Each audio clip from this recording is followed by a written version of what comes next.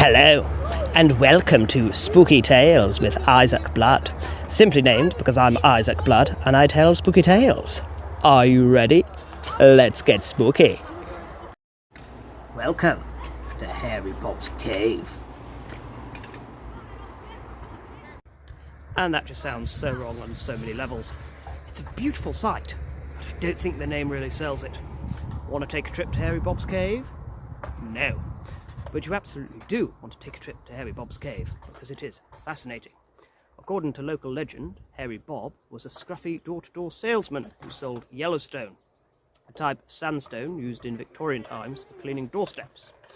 Historical records show that there really was a family in Scarborough with the surname Bob, and one member of that family was apparently nicknamed Hairy Bob, because, presumably, he was hairy.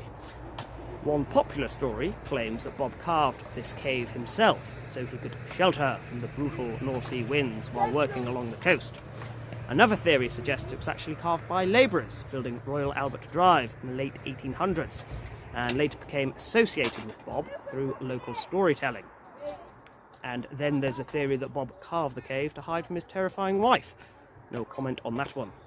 Shut up, Lucy. Sorry.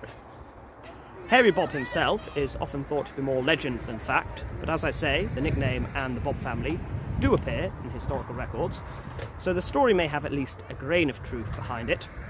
And like many places with a good story attached, the cave has picked up a ghost tale along the way. Some people claim that on cold winter nights, a figure can be seen near the cave, staring out across the North Sea. Others say they spotted a strange man walking along the path nearby, muttering darkly about his wife. Now, whether that's the ghost of Hairy Bob, just a trick of the sea mist, or simply just another odd-looking fellow out for a late stroll, who's to say? All I will say is this: if you do happen to pass a cave and you see someone lurking here who looks a bit unusual and isn't me, well, maybe it's just another odd-looking fellow. But maybe, just maybe, it's Hairy Bob. Still don't like it. Time for a change of location. Here I am at Scarborough Lighthouse. Now, last year, when I visited the other spooky seaside town of Whitby, I talked about another haunted lighthouse. They are, and have been for a long time, known for their spookiness. This one is no exception.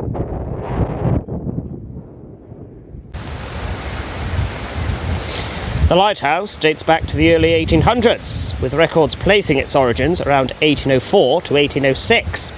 It was badly damaged in the German bombardment of Scarborough in 1914. It was later rebuilt by the Scarborough Townsmen's Association through public subscription. In fact, the plaque on the building states it was reopened on the 23rd of September 1931 by the Mayoress of Scarborough, Mrs. J.W. Butler. But the ghost that haunts the lighthouse goes further back than the First World War. Legend has it, the lighthouse is haunted by the ghost of Captain Appleyard, a former harbour master who supposedly drowned in the harbour after an accidental fall sometime in the 1870s. People connected to the lighthouse and nearby yacht club have claimed to have seen his ghost wandering the pier late at night. One story tells of a man being seen entering the yacht club at 2 a.m. Thinking it was an intruder, a witness called the police.